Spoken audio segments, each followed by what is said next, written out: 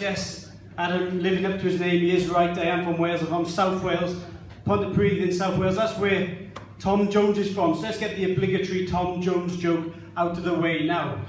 Pay attention, Wellington. This is audience participation joke. So I'll be testing you at the end on your comic intelligence and timing. So are we all ready? Let's go. Did you hear police have recently arrested a jihadist Tom Jones fan? He was caught with a rucksack full of dildos, but he denies being in possession of a sex bomb.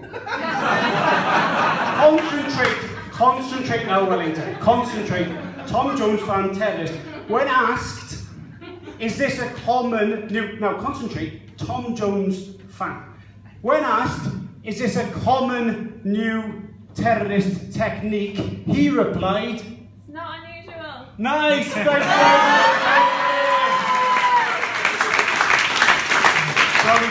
Brownie points. Thank you very much. I am from Pontypridd in South Wales, that's in the South Wales Valleys. I was recently in the Lower Hutt for Christmas, and can I just say how great it was to be back in a valley. It was great to be back in a valley, away from Wellington and all your big city rules. Oh, you can't go to the supermarket in your pyjamas. Oh, you shouldn't be drunk at 10 o'clock on a Tuesday morning. What are you doing in bed with your sister? It was great to be back in a valley. My valley is famous, it's been on TV, you may have seen that show MTV's The Valleys. They call it a reality documentary, I like to think of it as Skype, where we just checking in on the folks back home. I just wish Auntie Caris would put her knickers on every now and then. It was great to be in the Lower Hutt though, and while I was there, I took my missus' nephew to see Star Wars. Have you seen that film, Star Wars? Spoiler alert. Harrison Ford got old, didn't he? Yeah. I think the stormtroopers were taking it easy on him in the end. Star Wars, of course, famously set a long time ago in a galaxy far, far away. But here's an interesting fact. That galaxy, albeit far, far away, is still geographically closer to the rest of the world than we are here in New Zealand. We're fucking miles away. If George Lucas was filming Star Wars in New Zealand, he'd have to do two things differently. Firstly, he'd have to change some of the character names. You get heroes like Luke McCall-Walker, Dan Solo, Princess Lord, a Wookiee called Chewbacca. And that crime boss, that odious, slimy crime boss, Jabba the Hutt, he wouldn't be called Jabba, would he? He'd be called the best that Tinder has to offer in. You finished that joke, not me. The other thing George Lucas would have to change if he was to film Star Wars in New Zealand, he'd have to change that iconic title sequence from a long time ago in a galaxy far, far away to a long time ago in a country fucking miles from anywhere. We are fucking miles away. I was reminded this the other week. I was on Cuba Street, there's a woman there, she had a sign. And the sign said, Syrian refugees are welcome here. Syrian refugees are welcome here. I thought two things.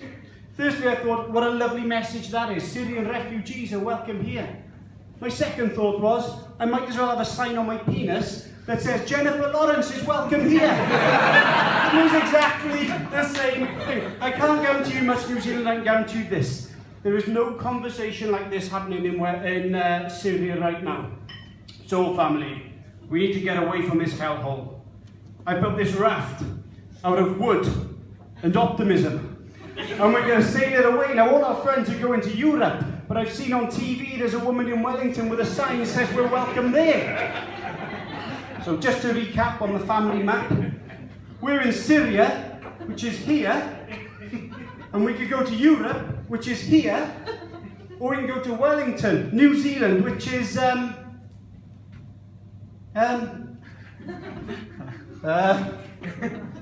it's down here. That is not happening. That is not happening.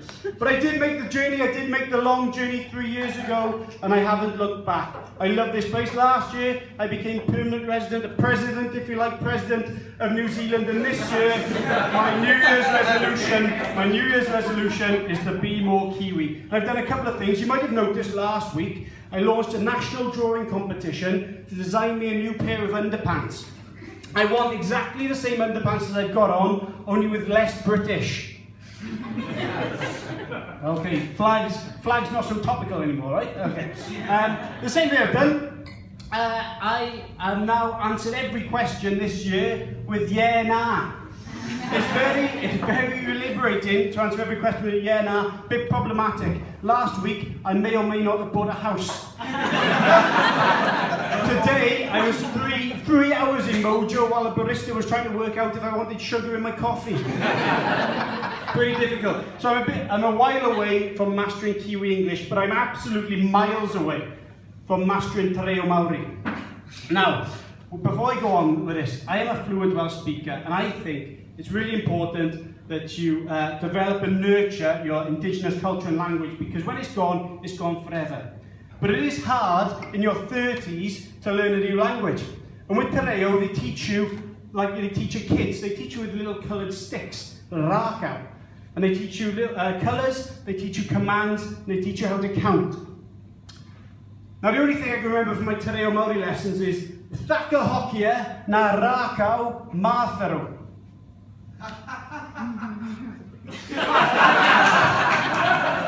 Pronunciation not so great. Thaka hokia na rākau māwhero. Now I don't know when in my life I'm going to be confronted by a Maori who can't speak English, but I'm comforted by the fact I'm going to be able to say, put the pink sticks back. It used to be the language was the biggest barrier, wasn't it? That was the biggest communication barrier. There's not so much language anymore, it's how you say the message, isn't it? I realised this the other day when I was messaged by the Facebook police. Now, I didn't realise my cousin was the Facebook police, but I was messaged by my Facebook police, and my cousin said, she said, stop putting photos on Facebook. That's what Instagram is for. I said, oh, is it? She said, yeah, and while I'm on, those little Facebook status updates you do, they're more like tweets, you should put them on Twitter. I said, oh, that's great. I said, what about my intelligent and cutting edge insights into political debate and discourse of the day? She said, Reddit. I said, Reddit? I haven't even written it yet. that bit there, that was a social media joke. That's about as cutting edge as it's going to get tonight. Not because, so I'm 35 this year, right? So I'm Generation Y, but I'm one of the elders of Generation Y. I'm like a Gen Y master. But if you are north of 30 like me this year, you'll remember a computer in your house that was connected to nothing but the power. We didn't have the internet growing up. We didn't have Google. We had our own version of Google. We used to call it knowledge. And if somebody asked you a question, you wouldn't say, I'll Google that. You'd say, I'll answer that using my knowledge. Of course, growing up in South Wales in the 1990s, 85% of questions went unanswered. We didn't have the internet, we didn't have Google. And we certainly didn't have social media. So if I wanted my daily dose of poorly worded, incoherent thought bile, I'd have my own personal Facebook. It was called My Sister's Diary. Here's a standard entry into My Sister's Diary. Dear Diary, OMG, exclamation mark, exclamation mark. Justin talked to me today, exclamation mark, exclamation mark. He is so lush, exclamation mark. He said, what time is it? I said, 12 o'clock. He said, cool. OMG, exclamation mark, exclamation mark. Totally gorgeous, exclamation mark. Hashtag love him, hashtag forever. Now, I don't know why my sister was hashtagging in her diary in 1990, but my parents did always say she was ahead of her time. I did get caught reading my sister's diary though, and to be honest, it was my own fault. With hindsight, I shouldn't have drawn that little thumbs up sign and written a little comment underneath one of her daily entries. We didn't have social media, we didn't have the internet, we didn't have social media, but so our main form of communication, you all remember this, the house phone. Everybody remembers the house phone? If you don't remember the house phone, do this. Get your smartphone, tape up the screen so you can't see who's calling, turn it really up loud, and then chain it to a communal area in your house or flat, and then anybody answer it. But when they answer it, they've got to answer it with the number the person has just dialed. For 10 years of my teenage life, my phone name was 811411. Hello, 811411. I was looking for Adam. He's not Jay, it's 811411. I fucking don't know why we did that. The house phone was my first introduction to what I now know as the cock block. You see, because when you were growing up, if you fancied somebody, there were 3 stages. Firstly, you'd have to ask them out to their face. Secondly, you'd have to get their phone number. And phase 1 and 2, actually, you could combine that in an easy little questionnaire that you just write down. Will you go out with me? Yes, no. If yes, write your number. So once you've done that, the hardest bit was arranging a time to call. Now, you could have been as vague as you want. You could say 7 o'clock, you could say 8 o'clock, or you could be as precise as you like. You could say 7:43 and 34 seconds. Let's synchronize our watches, military precision. It didn't even matter. No matter when you phoned that phone, only one person in their house would answer, Dad.